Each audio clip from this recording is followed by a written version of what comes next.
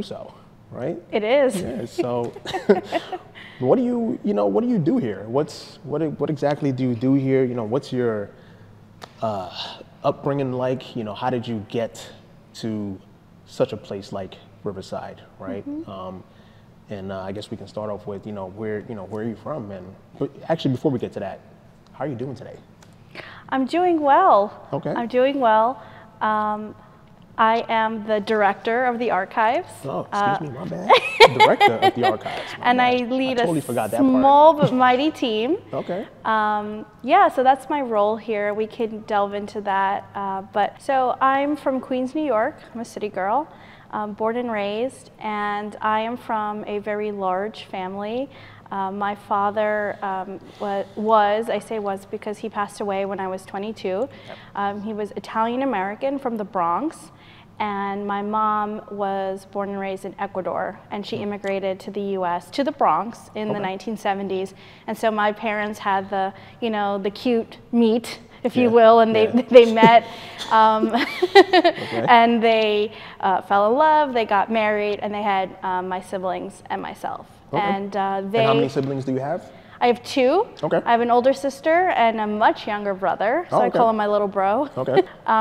So in the early years, of course, my brother is much younger. It was my sister and I, and my parents moved us to Queens from the Bronx to give us a nice home to live in. We had a backyard. We had a lot of opportunity in Queens that wasn't available to my family in the Bronx. My dad had a really hard life growing up, and he really wanted to give his young family the opportunity that he never really had, education, a carefree childhood, things like that. And so he sort of packed up. He took his mom, my grandmother, moved everyone to Queens, bought a house, and that's where I grew up. And I had a really great upbringing, a really great childhood.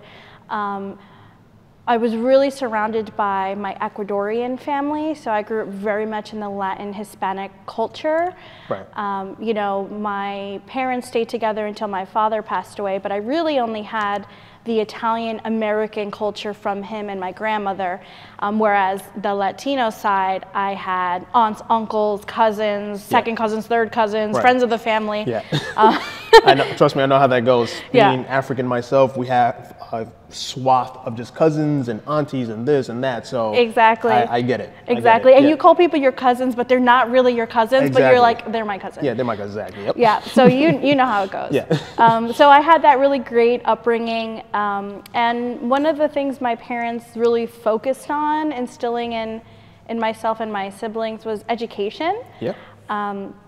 Again, my dad didn't really have a lot of opportunity. My mom was an immigrant, and they knew that getting a good education was a really important part of our futures. Okay. And they really encouraged actually what we wanted to study. So they weren't very strict or stringent in we want you to study this or be this. It was whatever is interesting to you, go for it. Right. Just make sure you're aware of what you're getting yourself into, but go for it. They supported us. Right. And so I ended up studying history in college, and I was very inspired by my mom, who, while I was a teenager, went back to finish her bachelor's degree, then got her master's degree. Right. She studied history, and then she studied library science to become a librarian. Right. And so you got a lot of your influence. I remember you telling me you got a lot of your influence from that, right? Okay. Yeah, so she had worked in the library for many years before becoming a librarian. You need a master's degree to do that. And so she was a clerk, and then she realized that's what she wanted to do. But my whole childhood was just stacks and stacks of books that I would just go through and just absorb knowledge. and all of, fiction, nonfiction, anything, you name it. And I really fell into loving history. Again, she studied that in college, and I really had a great opportunities when I was young. We did family vacations to Italy. I went to France. We went to Ecuador. I got to see culture. I got to see archaeological sites. I went to museums. And so I really kind of fell in love with history and art in that way. And so I studied that in college.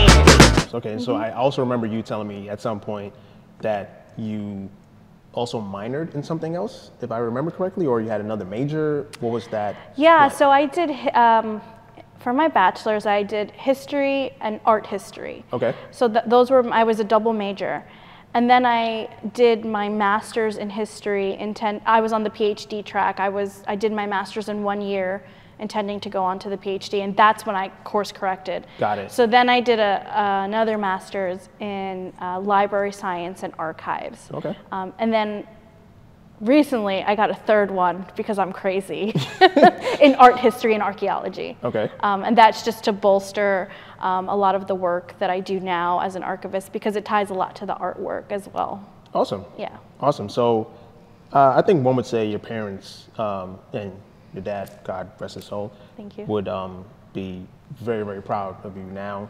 Thank you. Especially your mom. And just her seeing you just kind of following her footsteps in that sense, where it's all history, information, knowledge, and things of that nature. So I think that's awesome, right? So, yeah. And I see that, or I guess I know that some of that, or a lot of that has also kind of led you into the Girl Scouts of the USA, being an archivist for them, right? So yes. What was that like? How did you even fall into that space, right? I mean, I know that, obviously your educational background has kind of propelled you there, but like, what was I guess, did you interview there? Did you get lucky? Were you actually a Girl Scout, or was it just? I was not a Girl Scout. Okay. Growing up, and I was an employee of the Girl Scouts of the USA, which is the national organization. Yep. There's there are councils, which are kind of like satellite, independent Girl Scout institutions all over the country. There's 112 of them. So I worked at the national organization here in Manhattan. And what did you start out as at the Girl Scout of the USA? I started as a contractor. So I saw a position for surveying an archive, and it was sort of an archive, described as an archive in disarray, and that has kind of become my specialty in archives. And while I was doing that, I was doing my master's. So while I was at the Girl Scouts, I was completing the master's in library science and archives. So I worked full time, and then I did the studying thing. And then Why am I talking to Diane? She shouldn't be here. She's well above my head. So no, just in terms of knowledge, experience, skills, everything. Anyway, so carry on. And then when that position ended, I actually was hired as a permanent employee, and I was the archivist. And then I moved up to the senior collections manager. Okay. So it was really great because I learned a lot at Girl Scouts about everything archives, because I had to. We were a very small team, and when you're in such a small team, you have to learn how to do everything. Yep. So every aspect of wearing archiving, wearing all the hats. Mm-hmm. I had to do collections work, I had to do IP work, I had to do reference, I had to do preservation. So did you just learn all of those things on the fly, or did you have some working knowledge of these things and you just kind of put them all together? How does one person manage all of these things, right? That's just intense. Right? It was intense, but it was the best education. It is a mixture of both. So I had the education. I also had the experience being an intern, that first gig I had. And then I did a couple of other archives gigs, small projects for other institutions prior to that. So I had the experience, I had the education, and a lot of it was learning on the job. Right. That was incredibly integral. You can learn as much as you are able to absorb in school, but unless you're doing it and making the decisions on the ground, you're really not really applying the education unless you have that. Because it's all in theory, but then you have to actually put it into practice. Exactly. Right? So I learned with the people who I was surrounded by. I learned by my supervisor, who was amazing. Okay. My colleagues. I learned with colleagues not in the Girl Scout archive department, but in other departments. I learned a lot about IP, intellectual property, copyright, trademarking, patents, all of that. We had an internal general counsel, and one of the attorneys was specialized in IP, and she is fierce. Yeah. And I remember you telling me about this person. Yeah, we became great friends. We still are, and I learned so much from her. What is it like for you here at Riverside? What is archives? What does that look like? Especially with such an historical just building, so much history here, so much information here at Riverside. This place went up in what, 1930? 30 is when we officially opened. But yeah, it was constructed between 25 and late 25 and 30. Yeah, there was more information and history prior to 1930, it actually going up. But yeah, just so much history and information here. What does archives look like here for you, and how has the experience been like here for you at Riverside? I could only imagine that it's been fun, challenging. Just going through some of the old photographs that you might have found here and preserving those things and digitizing a lot of new things. Yeah. So what's that, just in a nutshell, what does that look like for you here?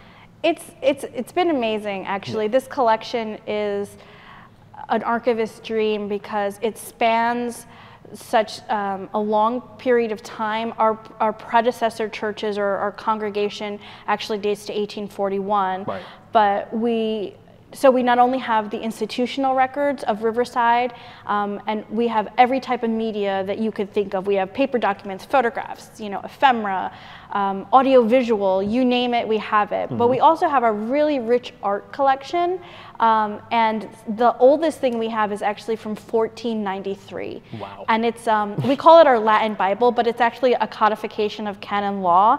Really? And it is beautiful, beautifully bound. It has like gold leafing on it. Some of it is hand done. So our collection is vast, and it covers so many different topics as well. Like if you're interested in civil rights, we've got a great collection in that. You're interested in jazz radio, we got a collection for that. So of course the theological as well, cultural, you're interested in New York City history, you're interested in Harlem history. We've got so many broad-ranging topics and subjects that our collection covers, and it's been a real treat. One of the things that I've done is to try to get a handle on the collection. Historically, it was sort of established and run by volunteers. Right. And so they weren't necessarily professional archivists, but they did receive training, and they did quite a fantastic job. There are horror stories that I've seen in the field, but they did a really great job. But coming in as a professional archivist, seeing what they did, what they left off, how to go forward. So it's sort of getting the physical control, we call that in archives, and then getting the intellectual control. Right. And then how do we also bring it into the digital age? Okay. So we want to make our collections as accessible as possible. How do we do that? So we've been developing a digital archive, which will launch very soon. Yes, yes. Listen out for announcements on that. I can imagine you're coming to us to do the promotions. Oh, yes. Okay. Yes. And we just have a lot of great projects that we've lined up. We've done, we just finished a grant project to digitize about 4,000 audio tapes, magnetic reel-to-reel tapes, of WRVR, which was Riverside's radio station. Right. And so that's, these things were trapped on magnetic tape that we don't have the equipment to listen to. Right. And we got a grant to digitize them. So now they're files that you can listen to. Wow, that's awesome. We'll be also releasing those. Okay. So, it's bringing the collection into the digital world, making it as accessible as we can, while also still protecting copyright, protecting IP. That's also key, because you have these, collections that have concerns about those things. So it's a multi-layered job. We go hunting, yes. So is that really what it is? Like, yes, like we'll go, or our engineers and our B&G, our buildings and grounds staff will inform us, hey, do you know about this room full of blueprints? And we're like, no, let's take a trip and go look. I remember you showed me a room in here one time that just had a whole bunch of documents and some drawings. I think I might have seen floor plans. It was off. Yes, it was off the nave, in the balcony of the nave. Yeah, that's the room I'm talking about. Oh, okay. For the blueprints, yeah. So, okay, nice. So yeah, we were monitoring. That's another project. We have so many projects. We were monitoring all of our environmental spaces that we're aware of that have or store archival materials. That was one of them. We worked with the Image Permanence Institute, who are the forefront in this field, and. like halfway through the project, we were like, time out, guys. Like, this room is really bad. We're an old building. Yeah. We don't necessarily have the infrastructure to house properly these materials, and that was a problematic room. So we took him out of there. We hired Andrew, and he's working to go through them, and he's doing a great job. Wow. So we've got a lot of moving parts. Is he burnt out by now, or is he? He's going. He's Yeah? rocking it. Oh Okay. yeah, he's rocking it. We got a space for him because these are big, huge drawings. Some of them I'm sure, yeah. over like 40 by 60 inches. Yeah, Some of them yeah. are bigger than that. And Yeah. so we've got a designated space for him. Then he's Okay. working on them, and he's happy as a clam, I think. We hope so. That project. See, one of the things about our archives at Riverside is that project, the WRVR project, the collection itself are kind of an archivist's dream. Yeah. Like, you dream of working with such a rich, amazing collection, and to be able to do these projects is actually it's almost like a coup in the Yeah. archive world, that you could do so many projects at the same time. Yeah. Because often you're limited with funding and resources and staff, and so we're able to do these things, and it's really because Riverside as an institution values the history. I think one of the things I try to say is that the archive is and can be an invaluable resource that supports and helps fulfill the mission of Riverside. Yeah. As a historical institution, as a church that's actively, having worships on Sunday morning, that has a congregation that is in and out of the building at all times. The archive is a resource for them, Yeah. and it helps ground this place as a historical site. We're an active church, but we're also a historical site. And so because Riverside recognizes that, we're able to do such really great work in the archive. That's amazing. So you hear that, folks? It's important. That's it. It's important. And I know a lot of folks out there know. I think people appreciate it, right? So we have a lot of active people in the congregation. Yeah. They come and they research, they ask us questions, they want information, and that's what we're here for. All of this information, all of this history, all of these I guess digital efforts that you're leading to. Let's say, for example, you said that if somebody wants to get their hands on some piece of artwork or photographs of Martin Luther King or any kind of historical facts over here, how does one obtain that? Where do they even go to to request that? Like what does that process look like? Mm-hmm. Right. So that's a really astute question. It's like you're foreseeing the future, because I want to know.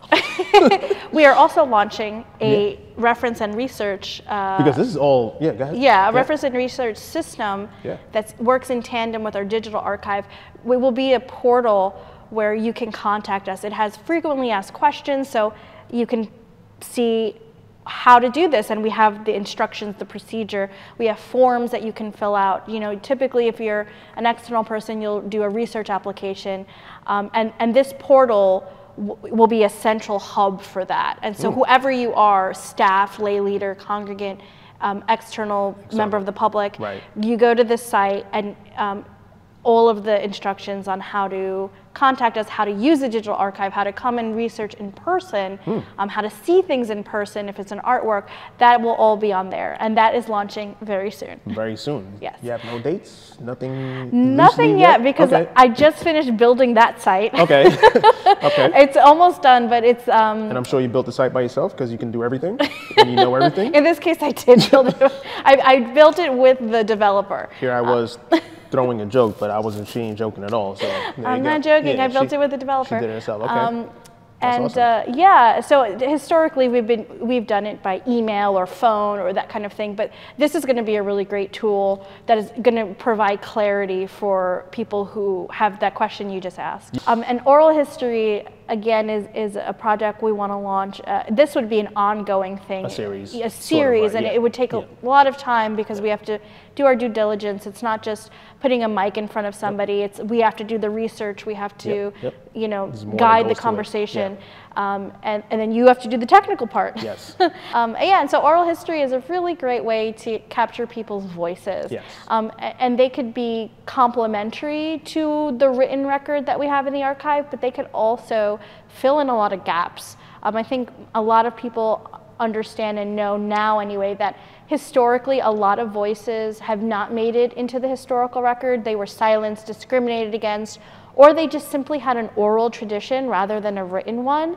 And so it's a way to have underrepresented folks, as well as larger represented people, give their voice and have that be part of the record. So it's a really cool project. We started with Jay Curtis. We hope to do more. Also looking forward to that. Good stuff coming ahead. Speaking of underrepresented and overrepresented, Riverside has been involved in, just justice, equality efforts that's predated us, right? Even before our time here, going back to the 80s, possibly the 70s, 60s, the 90s, early 2000s, and 2022, we're still here, and we're talking about justice, equality, and all kinds of human rights, women's rights.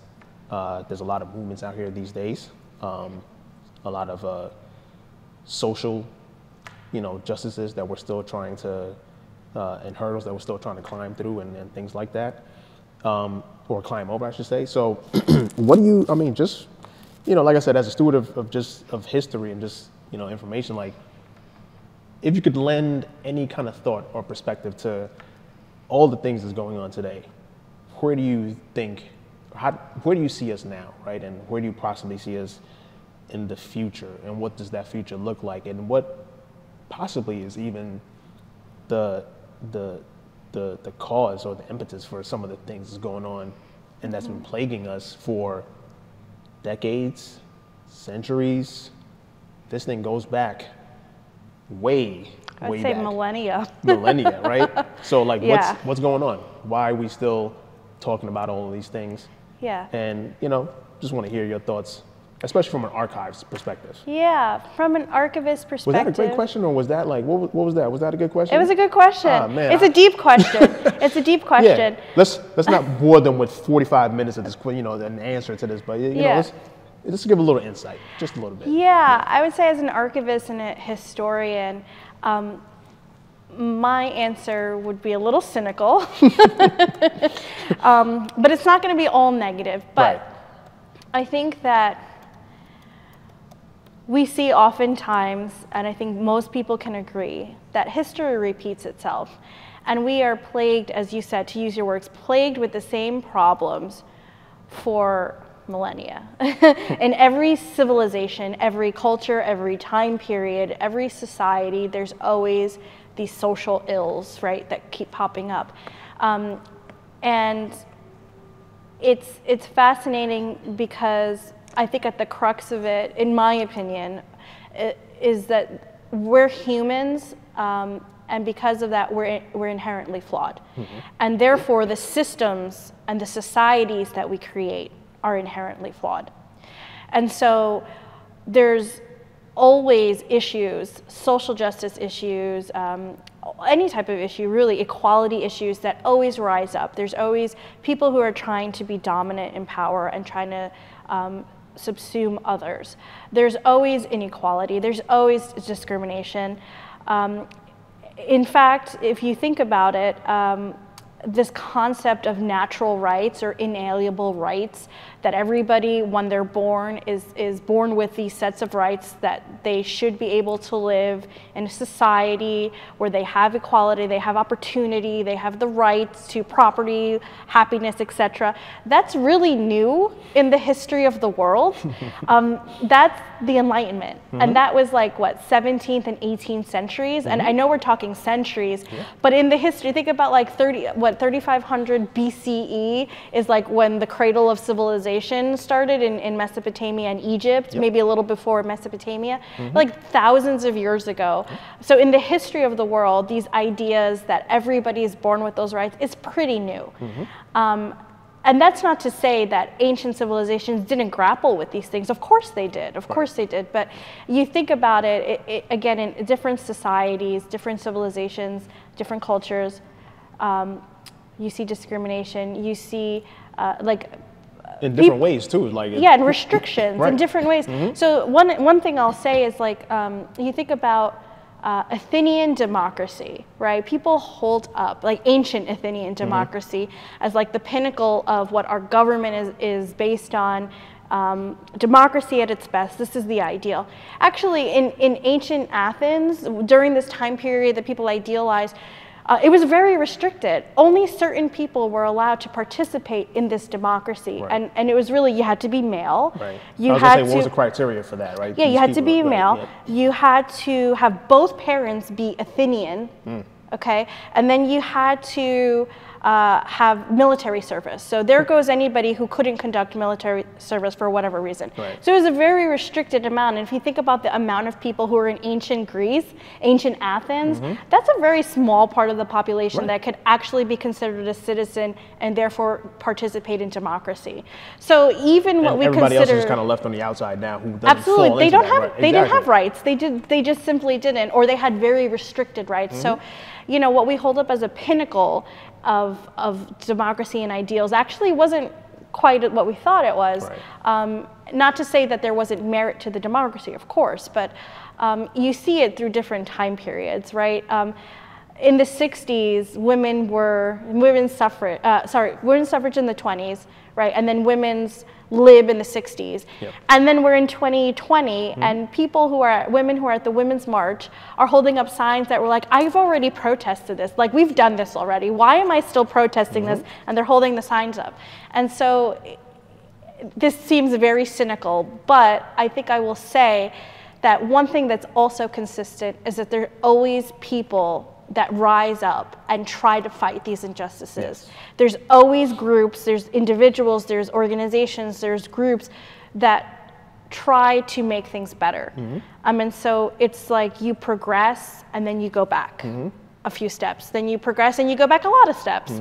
And you just keep fighting the fight because we have to, because the alternative is to not, and to live in a world that's unfair and just.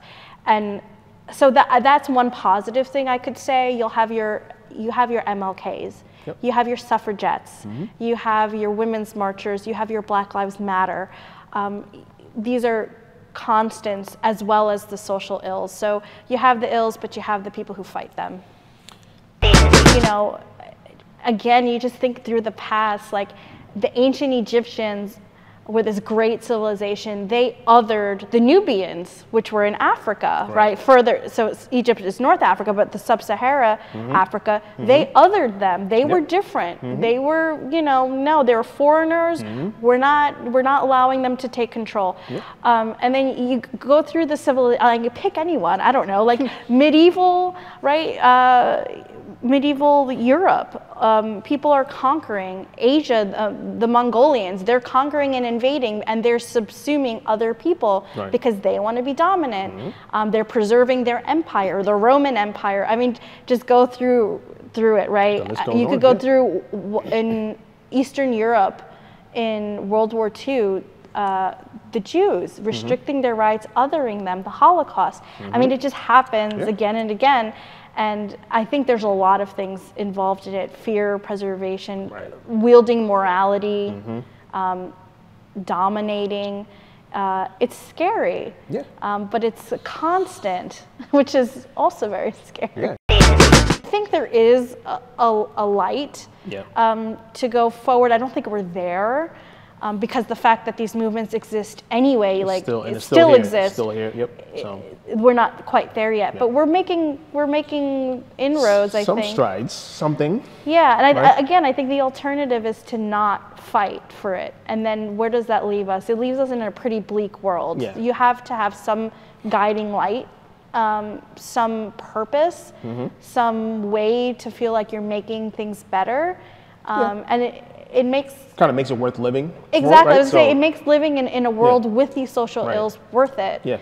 Because the alternative is to just give up. And then once you do that, then the world dies in a sense. And people suffer. Even it's more. not that people aren't suffering; they of course are, but people are suffering even more, and then the world becomes very bleak. That's my 2 cents. What's one fun fact that we don't know about you? I think I might have heard something. It's a surprising fact. You did a little Yeah. I'm a southpaw, by the way. Oh, are you? If you know what that means, you already know what that interesting fact is. I did a little bit of training in boxing, so I know. So yeah. You're naturally a righty, but you lead with your left? I lead with my left. Wow. I'm left-handed, so I'm southpaw, a natural southpaw. The difference? Yeah, so if you're right-handed, your natural stance is, we call it traditional or orthodox. Okay. And so your power is coming from your dominant hand. Yes. And so your jab is your less dominant, and yes. your cross, we right. call it your cross, is your dominant. So that's the orthodox. If you're southpaw, that means you're naturally left-handed. You could train southpaw if you're not, but right. that means your power hand is your left hand. Is your left hand. Yeah, hand. Yeah, so when I do my stance, this is my stance, I lead with my right. Okay. My power comes from my left. That's awesome. So if you didn't know, based on this, we didn't know. Yeah, tell me more. Boxed. yeah, okay. I've been boxing since I was like 13. My dad built in our garage a boxing gym, and he taught me how to box. And nice. And so I did that for many years, and then I did mixed martial arts at a studio. For many years, and I learned Jeet Kune Do, which is the Bruce Lee system of fighting. I did kickboxing, I did some Muay Thai, I did some Brazilian Jiu-Jitsu, but one of my favorite things was Filipino Kali. Filipino Kali. And that was with weaponry. And so it's a system that uses we call them Kali sticks, so like bamboo sticks and staffs, as well as knives. And it's a defense, it's coming from the Filipino culture. Wow. I studied under, we call them Sifu, the Sifu who studied under the creator of the Inosanto Kali, Dan Inosanto, who was Bruce Lee's training partner. So like all the degrees of separation from Bruce Lee, it was pretty cool. So I did that training for many years. In the past few years, I haven't been as active. Okay. I did some boxing maybe like last year, but I want to get back into it. But this has been like fighting as a sport has been part of my life since I was like 13. Diane, thank you so much. This has been an absolute wonder. I think we did great. What do you think? This was great. It's always great to sit down and talk to you. Yeah. Although usually we're like in the middle, like in an elevator, and we're chatting and walking. Yeah, on the fly, yeah. Yeah, so just sit down and talk has been, but it's always great to talk to you. This has been awesome. I mean, like I said, we've had so many conversations. This is just one of many more. So, so it's been great. But try not to break my hand as we fist bump. Thank you very much. And that's a cut.